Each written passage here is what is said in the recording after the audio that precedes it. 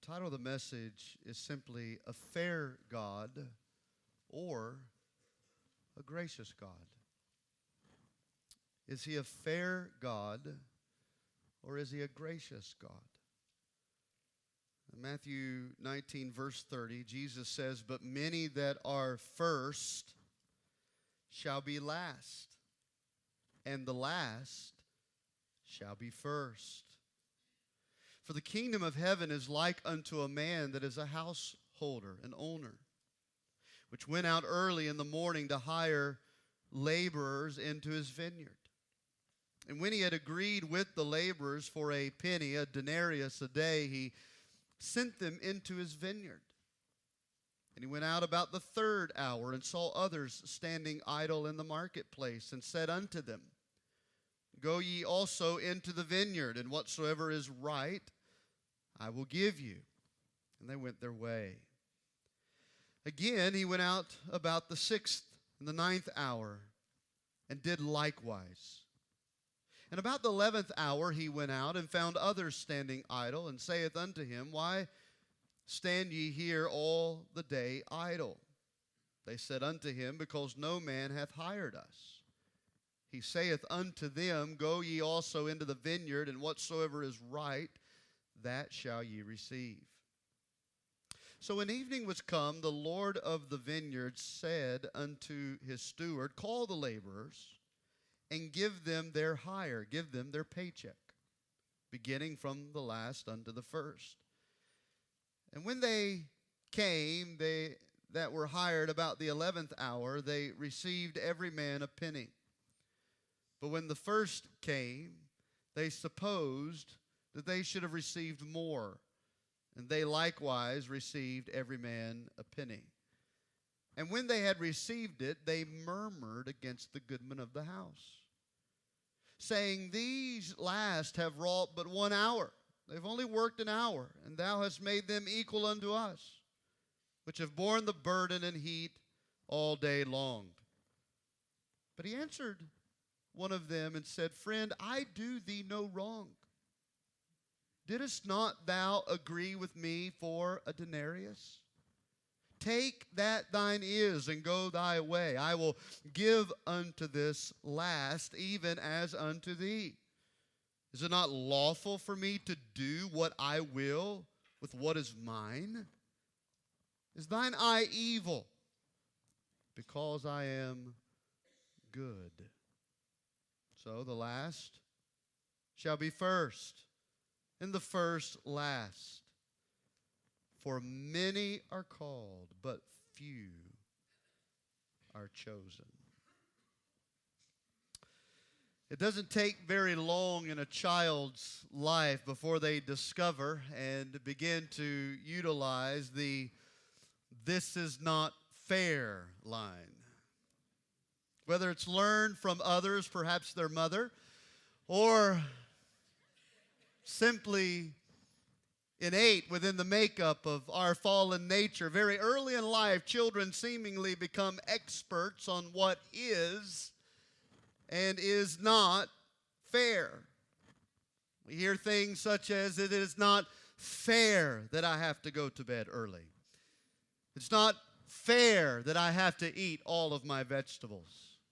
It's not fair that she gets to use the red controller, that he gets to sit up front, that I can't go out with my friends. It's just not fair. But if we're all honest with ourselves, we must admit that this doesn't necessarily go away when we become adults. No, as adults, we just learn how not to say it so loudly for others to hear. We mumble it or simply think it quietly to ourselves, whether it be in relation to our marriages, our finances, our jobs, our church. We are quick to play the fairness judge as we were when we were children. This is not fair. I don't deserve this. Why did this happen to them, but this happened to me? The truth is, none of us go through life without thinking or saying these things often. It's not fair that their children behave so nicely and mine are crazy. It's not fair that he gets the promotion after only being here a few years, and I've worked here much longer and still making the same pay that I did when I arrived. It's not fair that they get to do this. It's not fair that their blessings are different than mine. It's just not fair. And I'm not necessarily talking about true measures of injustice that deserve our attention, both legally as well as morally. That's not what I'm talking about. I'm talking about our perspective of life in general. A perspective by which so many of us spend our days constantly assessing what is and is not fair. We compare, we analyze, we evaluate people, situations, and circumstances through the lens of fairness. And unfortunately, this has also caused us to view God in the same light. We interpret everything that happens to us or around us as an assessment of whether or not we feel we have been treated fairly or unfairly by God Himself. There is, however, an entirely different way of seeing God and His sovereignty over our lives. That no matter what happens to us or how we may have or have not been treated, that we see every day of life as a gift of God's grace. That it's not necessarily we are viewing things as a matter of it being fair or not, but we understand that there are things simply that are not fair. However, God's grace is much greater than the fairness that exists in the world. That even on difficult days and in discouraging situations, there is the conviction that all things work together for the good of God's glory, even at the expense of my convenience, even when it's not fair.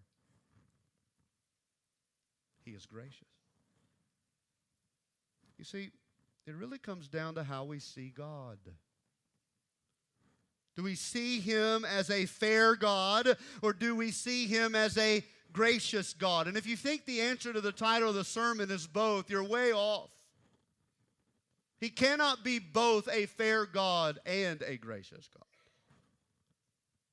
And so we're faced with the question, how do we view God? How do we see Him?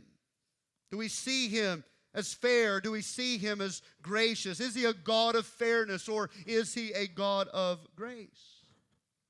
This is why the parable before us in Matthew 20 begins with the introduction in verse 30 of chapter 19, where Jesus says, "The first shall be last, and the last shall be first."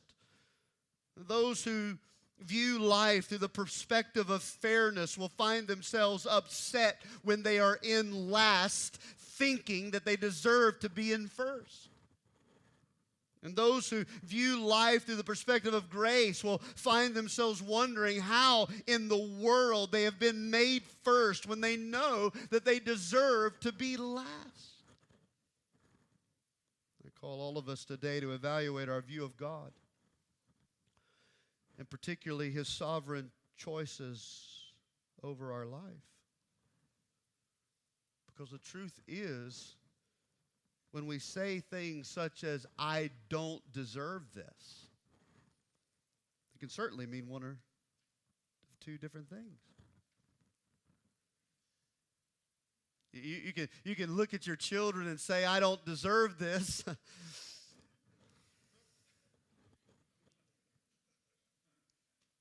Or you can look at your children and say, I don't deserve this. It's perspective. It's how you view God's gifts in your life. It's how you view His graces in your heart. Do I see God as fair, or do I see Him as gracious? As Jesus so often did, He used parables to explain how God's kingdom operates. And this particular parable is about one thing. It's about attitude. Specifically, one's attitude toward God's rule and reign. how it is that we are to respond to His sovereign choices, not only in our lives, but in the lives of others. It's an easy parable to understand. There's this landowner who goes out every morning very early to hire workers for his vineyard. In fact, this would have been a very common thing in the busy seasons of harvest.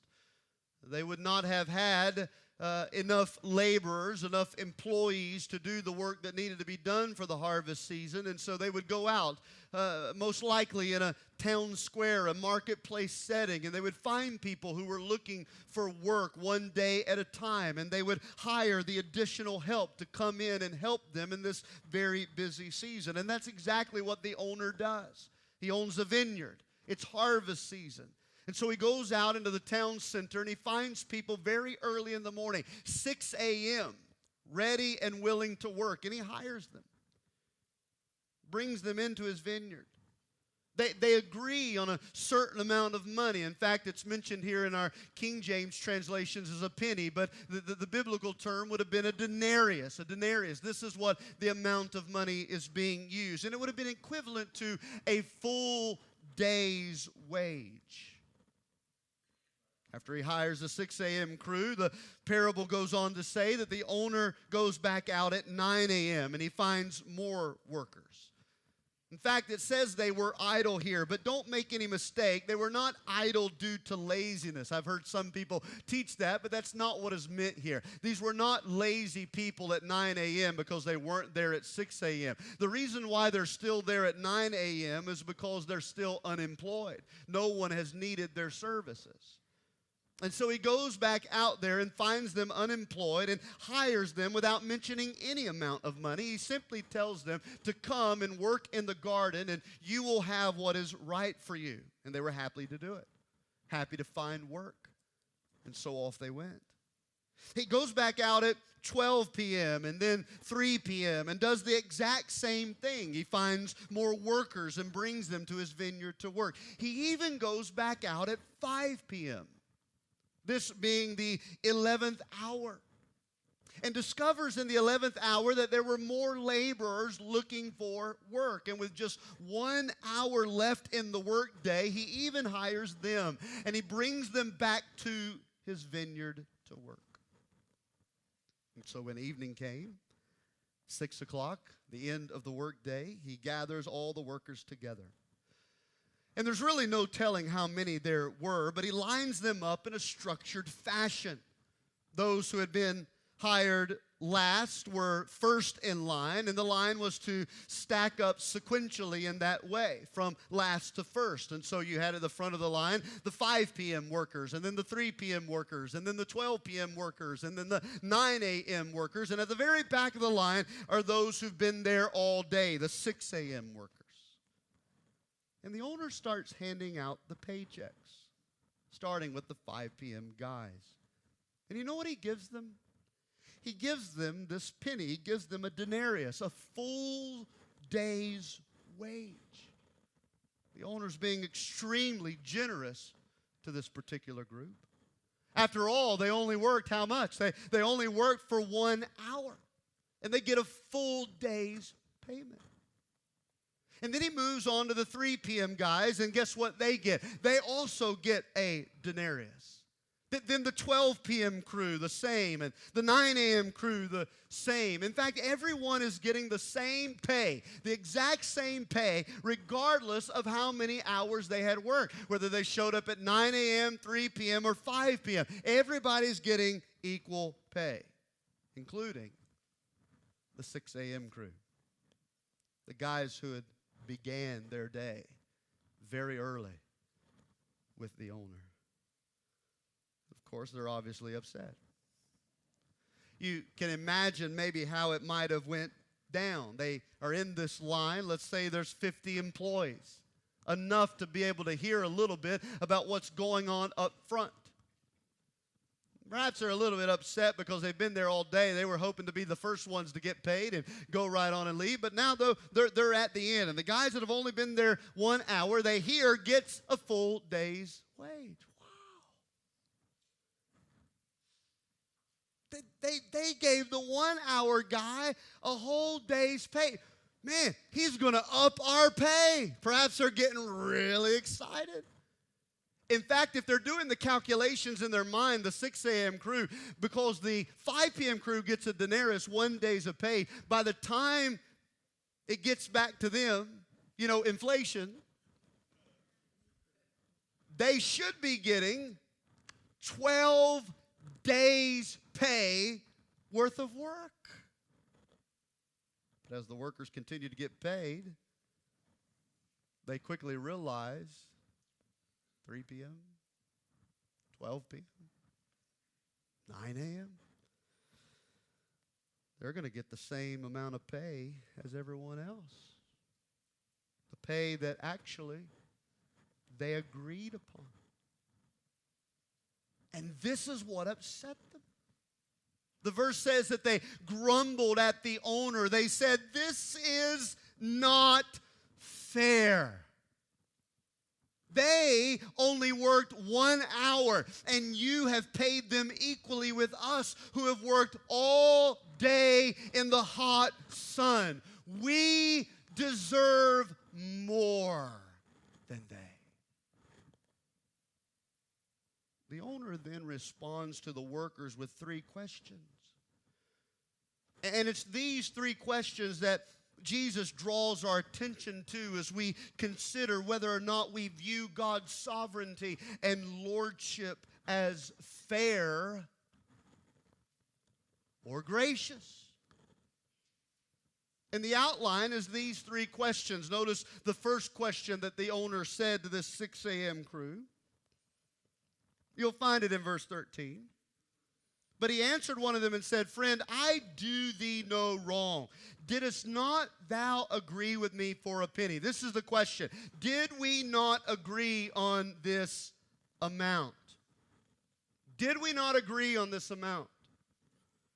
Now we can honestly understand their frustration, right? Let's put our humanness back on for a moment.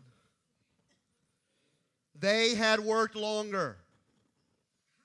They had worked harder. This is why you show up at 6 a.m., right? The early bird gets the worm, so to speak. But no, not the other guys. They arrived much later than we did and didn't have to suffer as much hardship as we have. So why do they get the same amount of money? This is not fair. And again, if we are honest, we stand back and say, yeah, what's up with this? I mean, this is not how we would hope to be dealt with by our employers, right?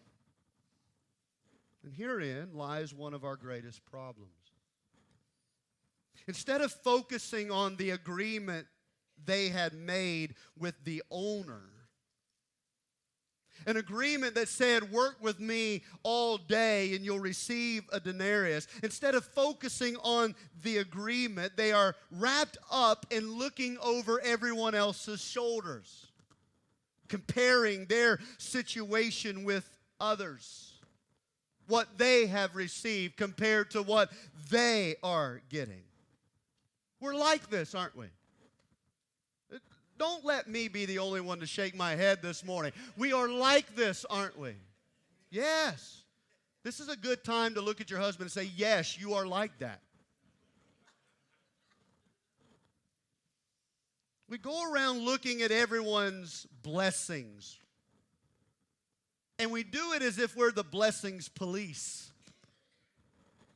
Well, look at what they're driving. They're probably not giving to the Lord. Do you see how big their house is? I don't have a house like that. They're probably doing something wrong. Okay, can I say to us this morning that we need to stop inspecting the blessings that God bestows upon others? As if he's done too much for someone else. Oh, I can't believe what they get to do, how much money they get to make, how well behaved their kids are. Sure, I would love to wake up every morning with my kids quietly tapping on my door and say, Mother and Father, would you like for me to bring you breakfast in bed? I would love that. And those of you who post that on Facebook, I don't believe it's really true. You know what my kids do? They don't knock. We bought them all flutes from Israel, handmade. The worst mistake of my life. You know what they do when they come in my bedroom? It's 6 o'clock on Saturday. Go back to bed. I would love every time that my kids get in fights that they just stop and look at each other and say, you know what, Keegan, the Bible says we're to be kind to one another. I'm sorry. And they hug and they kiss and they make up.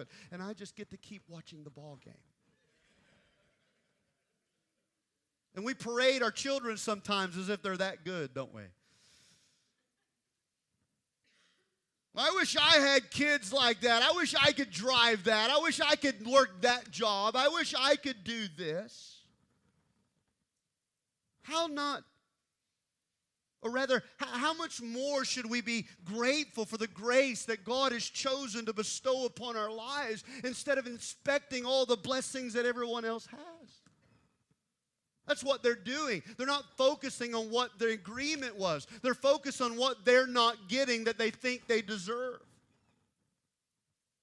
And the question is not, is God fair? The question is God faithful to His word? Because listen to me, God is not unfair so long as He faithfully gives what He has promised. God is not fair or unfair so long as He faithfully gives what He has promised. Which is why He says in verse 13, I did thee no wrong. Did not I promise you a full day's wage? There's nothing unfair about this arrangement. The owner gave the 6 a.m. laborers exactly what he had promised them. And it was none of their business, the arrangement with the other crew. Friend, listen to me. Whatever the state of your life, it is not a matter of what is fair, but whether or not God has come through with what He has promised you in His word. And God always comes through with what He promises. God always stays true to His word. I recognize that many of you may be discouraged today, wondering when is God going to bless me and my situation in the same way that He has blessed them and their situation. But perhaps, like the children of Israel often did, you've just simply forgotten. We do this, don't we? We have short-term memories when it comes to the blessings of God. Ellie has this little thing. I don't think she really means it, but it's the way she says it. And instead of saying, I haven't done this in a long time, she'll say, I've never done this. I never get to watch that. What do you mean you never get to watch that? Or we've never gone here. I've never done that. No. Have you forgotten? Have you forgotten? And that's what happens to us as Christians, just like the children of Israel. God releases them from the bondage of Egypt. They walk through the Exodus, and it's just a few weeks later that they're saying, oh, man, it's so terrible out here in this wilderness. We got to eat the same old stuff every day. I mean, the same falafel and the same shawarma. They're complaining like nobody's business. And God says, have you not forgotten where I brought you from?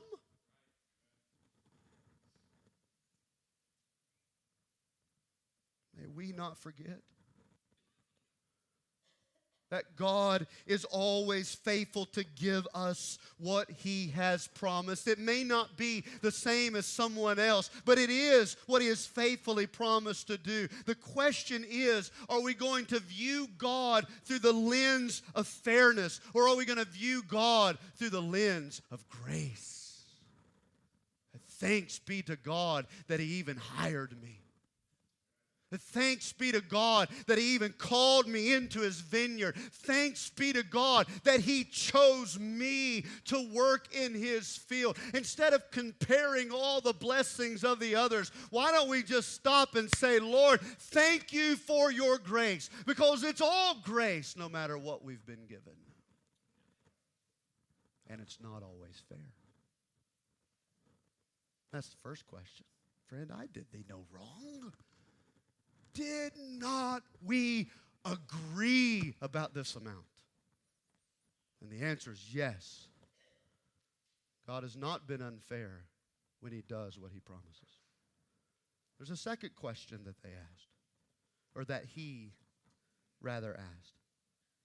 And we find this question in verse 15. Is it not lawful for me to do what I will with mine own? In other words, am I not allowed to do what I choose with what is mine? Think about it. We're saying, God, you're unfair.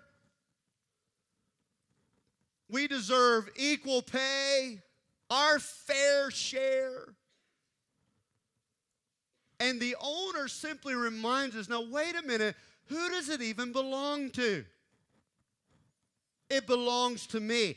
Am I not allowed to do what I want with what belongs to me? What are these laborers doing? They are complaining about their rights. They had worked all day and did not get paid any more than those who had worked less. Don't we have a right to our fair share? But the owner sees rights differently. After all, it all belongs to him. And in essence, he says, you do have a right, and here's your right. Your right is to receive exactly what I promised you. So take your paycheck and go, because you have a right to our agreement. But then he says, let's talk about another right. Not only your right to receive what I promised you, but my right. The right that I have to do what I want with what belongs to me. In other words, I have the right to do whatever I want with my money. That's what the owner of the household is saying. Who are you to tell me what your rights are in relation to what is mine? I have the right to do with what is mine whatever I want to do with it. And friend, this is a wonderful principle that we all need to have written deeply in our hearts. That God is in debt to no one. He gives according to the measure of His grace, because it all belongs to Him, all of it.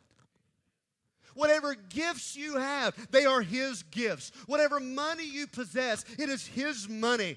Whatever you do for Him in the church, it is His church. It's all His. And He distributes His blessings as He pleases.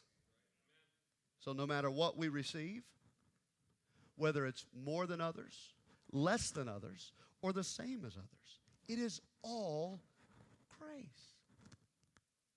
Whether you were hired at 6 a.m. or brought in at the 11th hour, it is the kindness of the owner to have chosen you, to have called you, and bestowed upon you the wages of His field. No matter what you and I have, it is all a measure of grace. And Jesus is reminding us something very important, that the kingdom of God operates not according to our labors, but according to God's choosing and generosity. The kingdom of God operates not according to our labors, but according to God's choosing and generosity. It's tax season. I hate to remind you of that. If you haven't done them, you need to get on them. But some of us think that our relationship with God is like our relationship with the IRS. Can we just be honest about that? We think if we put in a measure of spiritual commitment that we expect a little divine kickback, as if we have earned some things. We take our commitments to the Lord and we want to have them as deductions. We want to claim them, hoping that God will give us something in return for all that we have done for Him. Lord, look at what I've been doing. Look at how kind I've been to my wife. Look at how patient I've been with my children. Did you see me singing in the choir, Lord? Did you see me giving money to that man on the side of the road? Look what I've been doing. I think, God, that you owe me a little something.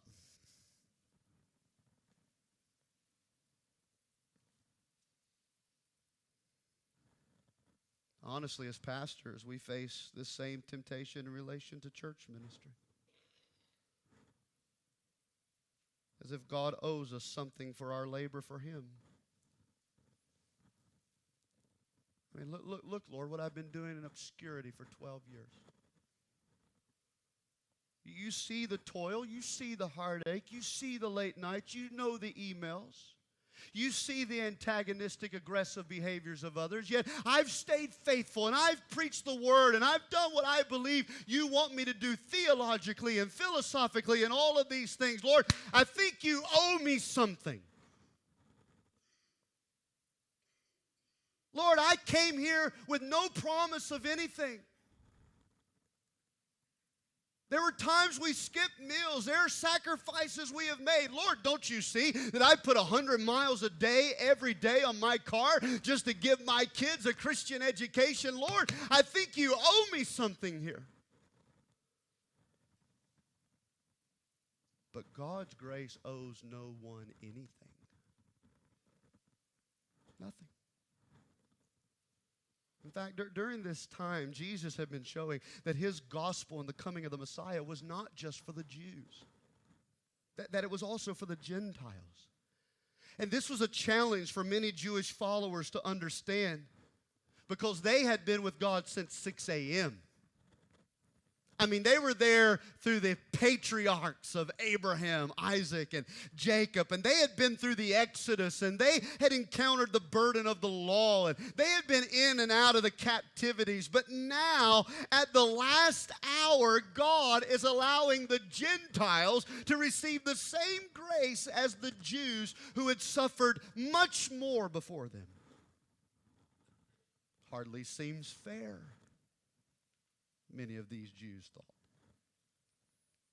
But the Lord is reminding them how that His grace dispensed upon His chosen people is His divine right to distribute as He pleases. That we have no right to dictate whom God chooses to give His grace to. If He wanted His grace to be just for the Jews, He would have made that decision. But He wanted His grace to be extended to the Gentiles all. After all, it's God's grace. He can do with His grace whatever He chooses to do with His grace. And we have no right to enforce upon God what we would want Him to do with His grace. I think one of the applications we can make here is in a local church setting. How are we doing at helping people who are new to the church feel as much a part of the church as those who have been here a while? This was the dilemma with the Jews in welcoming the Gentiles. In fact, the Lord is leading me to shake some things up in our ministry, to be quite honest. To not only help people feel accepted, which has never been a question at Laurel Baptist Church. Since day one, there's not a person that walks in this door that doesn't feel accepted. But to equally help people get connected. And there's a difference between acceptance and connection. You'll hear more about this in the coming weeks as we strategically plan a major shift in our midweek ministries.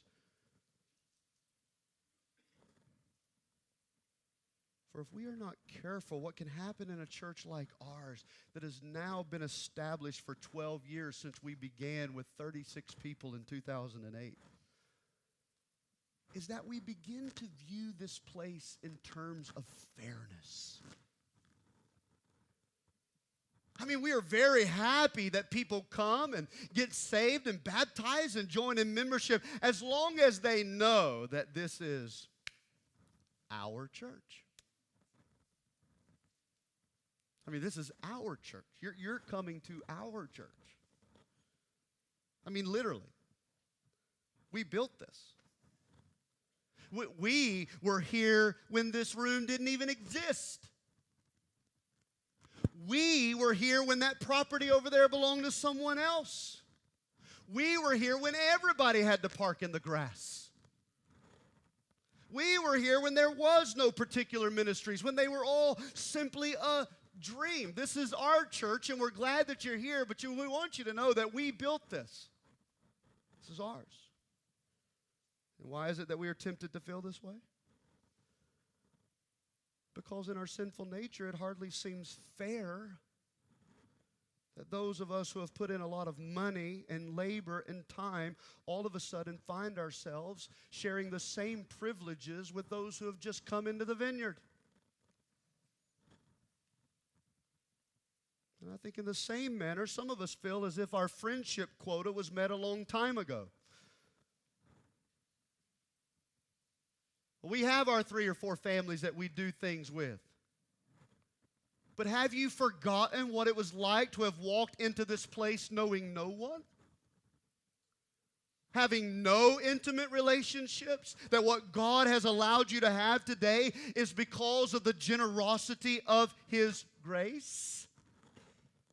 And if you were honest, you struggle with why it is fair that those who have come in at the 11th hour can get the same love and attention as those who have been here since 6 a.m. We feel this way about positions of leadership. Yeah. Simon get to do the opening reading this morning. How long's he been here? Oh, year and a half. I've been here for 10 years. Nobody's asked me to do the opening scripture reading. That's because you don't even bring your Bible to church.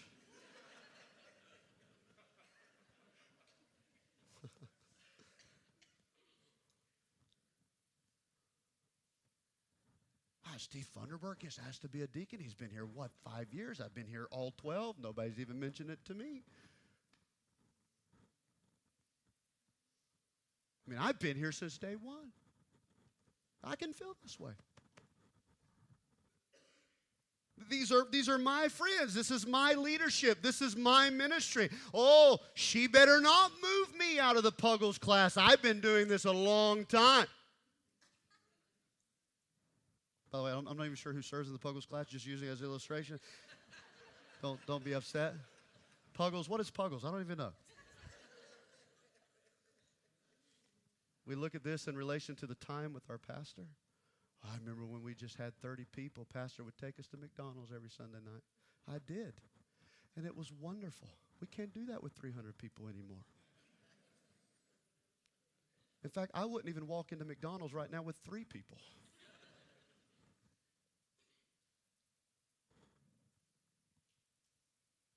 He gets more time with the pastor. Look at all these. These are my friends. I've had them longer and all this. Frank, can I just remind you that this is God's vineyard, not your vineyard? This is God's church, not our church. He is the owner. He has brought in whom He has chosen to be a part of this body.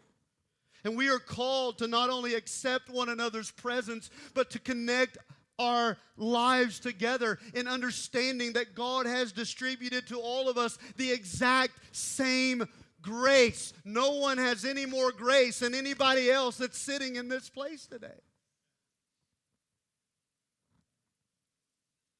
And besides all of that, God has a right to do what He wants to with His grace. There's a third question. Verse 15, is thine eye evil because I'm good? I've reworded it like this. Do you begrudge my generosity? Do you begrudge my generosity? That's the third question. Friend, I did thee no wrong. Did I not agree with you on this amount? Furthermore, do I not have the right to do whatever I want to with what belongs to me, and it's all mine? I can dispense it and distribute it and give it to people as I choose, not how you choose. And could it be, thirdly, that the bottom line is you just begrudge my generosity? You hate the fact that I am good to others, not just to you. You see, the landowner's really getting down to the real issue, isn't it? This is not about your hard work all day long under the sun, nor is this about the denarius that I gave you. You are upset because I have been generous to others. And let's be honest. Some of us are the type that marvels at God's generosity to others. And some of us are the type that are envious of God's generosity to others. Which are you? Do you marvel at God's generosity on others? Or are you envious of God's generosity to others?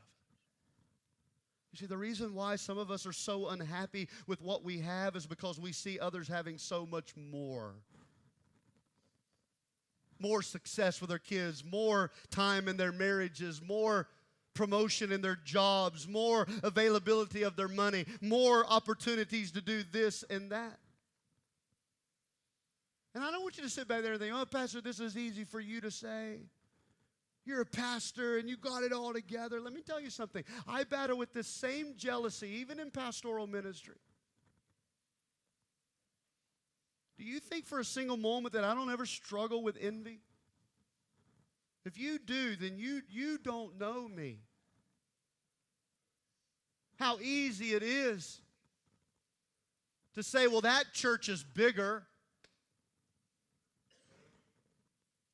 That preacher's more gifted. Over there, they have bigger buildings, better facilities. What's up, Lord?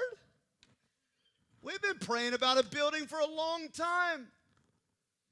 They've only been going 6 years, and they've got 3 times as much as we do. What's up with this, Lord? Jealousy? Envy? I really struggle with it when our church members talk about other sermons as if they're the best messages they've ever heard.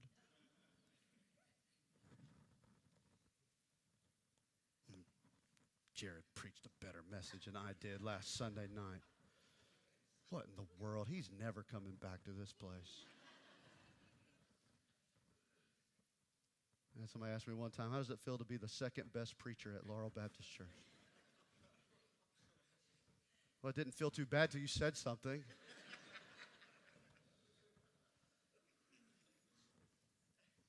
I love Jake Potter, his church. They got all the cool stuff up there. Why don't we do that here, Pastor? Because I'm not Jake Potter. And I'm kind of glad for that. Yeah. Dell loves me. I'm feeding you lunch today. Even in pastoral ministry, there's always someone who seems to have more. They have more success, more intellect, more personality, more abilities, more gifts, more people, more ministries. More. And I've seen it in pastoral ministry. As pastors, if we're not careful, jealousy will become our motivation for ministry. But the reason why we do these things is not because God has led us, it's because we don't want the other church to outdo us. So we build our buildings bigger than them, and we have more ministries than they, and we try to do all that we can, not because God led us, but because we're jealous. It's the same for Christians in general. As Christians, if we're not careful, envy and comparison will become a barrier for our true joy. But one of the measures of Christian maturity is that we are happy for others. And That's the problem with these laborers. They were begrudging God's generosity. They were upset that he had been generous to others, perhaps in a way that he had not chosen to be generous to them. He said, when we are asking why God is so gracious to other people, God is asking, why do we begrudge his generosity?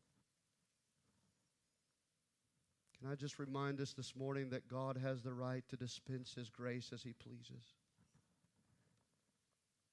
He has the right to choose on whom he desires to distribute his grace. We don't have the right to determine whether or not we believe God is being fair. He has done us no wrong. Has he not given us what he has agreed to give us? Does he not have the right to do whatever he wants to do with what belongs to him? Are we happy for the generosity that he gives to others, or are we envious of it? I think often we think about this in terms of salvation, which is another implication of this parable. How is it fair that so many are not saved, that so many have never heard the gospel and we have? How is it fair that if God has predestinated us to hear and receive his word, how is it fair that he has not done that for others? But I ask you a better question. How is it fair that any one of us have ever heard? How is it fair that any one of us are even saved? Listen to me, church. God is not fair. You want fair? Let me tell you what fair is. Fair is eternal condemnation to all sinners. Fair is being left dead in my sins. Fair is eternal hell for all of us. You don't want what is fair. You want the grace of the owner. That's what you want. You don't want what you deserve. Be careful before you say to God next time, give me what I deserve. You don't want what you deserve. No. You want what you don't deserve. You want redemption. You want grace. You want forgiveness. Instead of trying to figure out whether or not God is fair, why not bask in gratefulness of the glory that he has chosen to give in you? Is God fair? No. God is not fair, but he is gracious. And that fact alone should cause us to live our lives in humble gratitude to the generosity of our sovereign God who has called us into his field and bestowed his gracious gift upon us. I was thinking about the fact that the owner went back at the 11th hour. There's only 1 hour left. Surely he didn't need extra help. And probably he didn't. But he was gracious enough to give people an opportunity to earn a wage who had not been hired all day long. That, friend, is getting what we don't deserve. Look at the last verse, verse 16, and we'll pray. Here's how he wraps it up. So, Jesus says, this is the moral of the story. This is the emphasis of the parable. The last shall be first, and the first last. For many are called, but few are chosen. You see, the kingdom of God is not first come, first serve. In fact, many of us pay lip service to grace, but deep down inside, we truly believe we deserve more. This, friend, is what it means to want to be first. We want the best. We want the biggest. We want the prominence. But wanting first is a really good way of ending up last, Jesus says. You see, when our attitude is to be first, we will detest even the blessings that come to those who are the last. But when our attitude is one that knows we deserve to be last, then God elevates us to first. And when those people become first, they look at all God has done for them and truly believe in their hearts, I don't even deserve to be here. I deserve to be last. You want to make yourself really happy? then live your life with the attitude that says, I can't believe this. I don't deserve any of this. I don't deserve this job. I don't deserve this house. I don't deserve this wife. I don't deserve these children. I don't deserve any of this. But if you want to make yourself and others around you really miserable, then live your life with the attitude that says, I don't deserve this. I deserve to be first. A fair God? No. A gracious God? Absolutely. Choose to live your life focusing on the grace of God in your life, not the fairness of God. You don't want fairness. You want grace. And thanks be to God that He is not fair, but that He is gracious to His people that He has chosen. Let's stand together for prayer this morning.